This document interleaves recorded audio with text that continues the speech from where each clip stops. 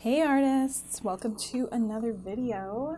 Today I'm doing another sketchbook tour. You guys really seem to like the last one, so I got another sketchbook here for you. Now this is a smaller, it's just a cheap Amazon Basics thing, a bit of a smaller book. And like I feel like I need to have a little disclaimer again, like I did in the first video.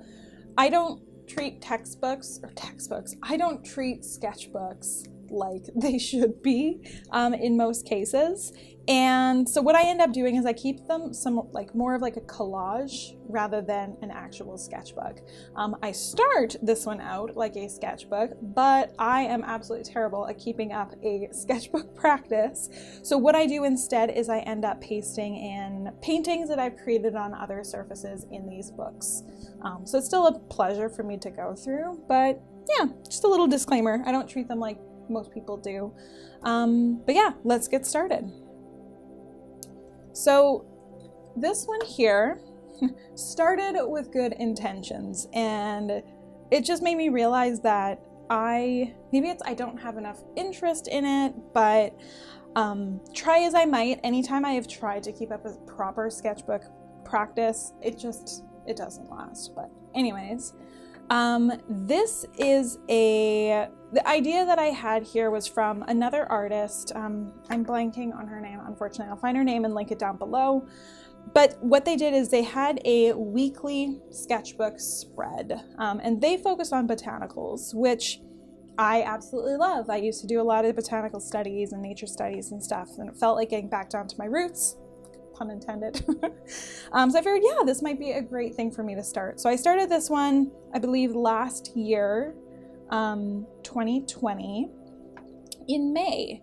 I feel like there might be, nope, that's it. So basically the premise is you're going to create a spread for that week, and you go and do studies of whatever you would like, and basically the premise is that year after year, you're gonna go back in and keep adding to that spread during that week. I only lasted a couple of weeks, so that's not really happening here, but I really love the art that came out of it. I decided to go with botanicals, and I started with herbs. So we've got basil here, rosemary, and sage. Herbs are some of my favorite things. I can't wait to grow more of them in the summertime. But yeah, so that's the first one. These are all created with ink. Looks like a combination of, it actually looks like ballpoint pen to me. And this one here obviously is kind of given a little bit of color with some colored pencil. This was going to be the next week's spread. And these are a variety of, I don't even know what this is called. Some sort of cute little plant, but here I went in with it looks like fine liners this time instead of ballpoint pen, but I also used some graphite to almost give it a little bit of like a wash of color, so there's a bit more depth. That one was fun.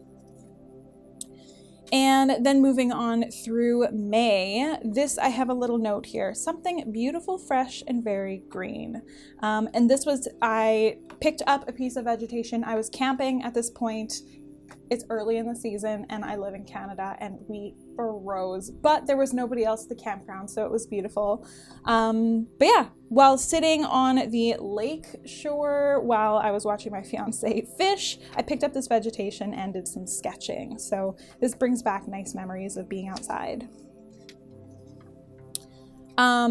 This was the following weekend, and I think we were also camping here then. Apparently, I don't know what month comes after May, but yeah, and that was the end of my weekly sketchbook adventure.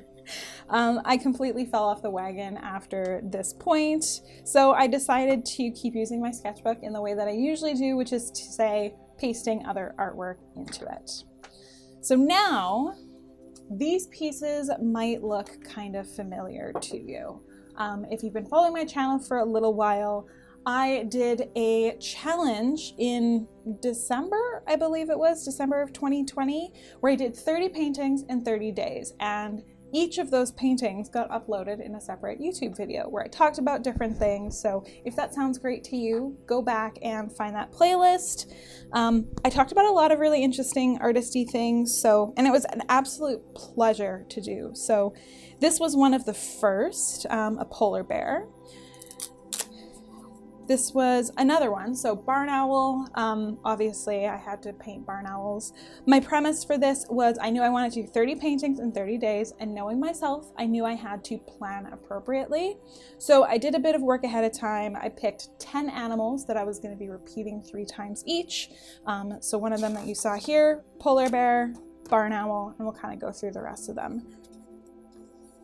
Another of the animals was a lion, and all of these, part of the 30 paintings in 30 days challenge, were done on loose canvas sheets here. They're pre-primed. I cut to size. I think this is 4 by 6, maybe we'll say 4 by 6, and completed with oil paint. Sphinx cat was one of the other ones. I also wanted to push my boundaries here with color. I didn't want to go with just a standard realism. So I shifted my palette to have a lot of purples and golden tones in it. So this is a tutorial that I did on basically how to paint golden eyes. This reference photo here is actually from my corgi newbie. So one of the other things I like to do is when I've got my paint palette at the end of a painting, it just seems like such a shame to just throw it away. And I always use palette paper just because I work on so many different paintings at a time, thanks to the Wildlife Painting Academy and a bunch of other projects. I don't have one big, say like glass palette. I would love to, but I switch out my palettes too often. So instead I like to use palette paper, which is disposable, comes in a big book. And what's nice is that at the end of my paintings, I can just kind of smush things around a little bit, create this sort of, I don't know, blob, if you will, let it dry, and then it's just really nice to be able to pop into my sketchbook. I've got another one here, lots of golden tones. So this little painting here is another one from a tutorial inside the Wildlife Painting Academy, where I am teaching how to paint owl eyes. Another tutorial here, a demo for tutorial, was for painting realistic leopard fur. And another one painting husky fur. We also have the demo here from where I was teaching how to paint a lion's mane. I love the vibrance on this one here. I used a lot of glazes and it just looks really rich. So now we're getting back into the 30 paintings in 30 days challenge. One of the other animals was a hummingbird. And so I pushed the boundaries as far as color goes, but I also had a lot of fun playing with texture. Now, the previous video showed a lot of the artwork that was in the Joy Seeker Tarot deck that I created. But fun fact, this art series was actually, it was a catalyst for the idea for the Joy Seeker Tarot deck. I had never really worked with this color palette too much before, and like this style where I really let loose with the texture and, you know, getting loose and painterly with things. And then once I created and finished up this 30-day project, I was so hungry for more. And ultimately, it ended up leading into the Joy Seeker Tarot deck, which I am so thankful for. A snake was another one. This one here was a lesson in less is more. I don't paint a lot of snakes, despite them being one of my favorite critters. I have a big tattoo on my calf of a snake, but I don't really paint them very often. So scales are not something I am super familiar with. So that was a bit of a lesson here. And I decided rather than, you know, going whole hog with the details, keeping them light and suggestive of details rather than going all in. We have a fish here. One of the other elements that I loved in this series was using paint thinner. Since I'm working with oils here, I would drip clean paint thinner down my painting, and since I always paint upright, it would drip down the page and like it would degrade the painting underneath, leaving this really cool grunge pattern. So if, you know, I'm choosing 10 animals to complete in this 30 paintings in 30 days challenge, obviously I have to choose a corgi, right? So I ended up doing 3 mini portraits here of my corgi pup newbie. So you'll see that repeating throughout. I also chose a wildebeest. These animals are super understated. They don't get nearly enough love, and I have a soft spot for them. Ever since I saw them in person, live in the flesh, when I was in South Africa, I just have fallen in love. So I knew I was gonna have fun painting them. And if you've watched the first sketchbook tour, I talk about how much I love skulls. So I decided to also add skulls to this challenge too. I believe I actually used this little guy here as the reference. So I took my own reference photos for a lot of these guys. So another wildebeest. So you could see here that I really did push my boundaries as far as color use went. A lot of really vibrant purple, a lot of fun. So we have a hummingbird again. This little piece here, I had to like go back and fix the head. Basically, like I had tape here that was going to be containing it and adhering the canvas to the hard surface I was working on. But then when I removed the tape, it just like cut the head off and it looked super abrupt. So I went back after and painted him a little cap. Another barn owl. And rounding back to the polar bears. I have a lot of my own reference photos for polar bears because my local zoo has some. And they've got a really, really neat exhibit where there's like this water tube that they always play on. So sometimes the polar bears go and sit on that water tube and you can walk right underneath their big fluffy butts pressed against the glass. We have another lion here. See all sorts of awesome texture in there. And we have another Sphinx cat. I absolutely adore cats, and I've always wanted a Sphinx cat, but I do not have one yet. Maybe someday. We have a polar bear again, so I think that brings us to our third polar bear. We have another Sphinx cat. More fish. You can see the effects of using terrible tape. I don't remember the brand of this tape. It was absolutely terrible. And you could see how much it kind of bled under the edges. I believe that was the acrylic wash I did in the background, just totally seeped under there. And we have Newbie again, the little cutie.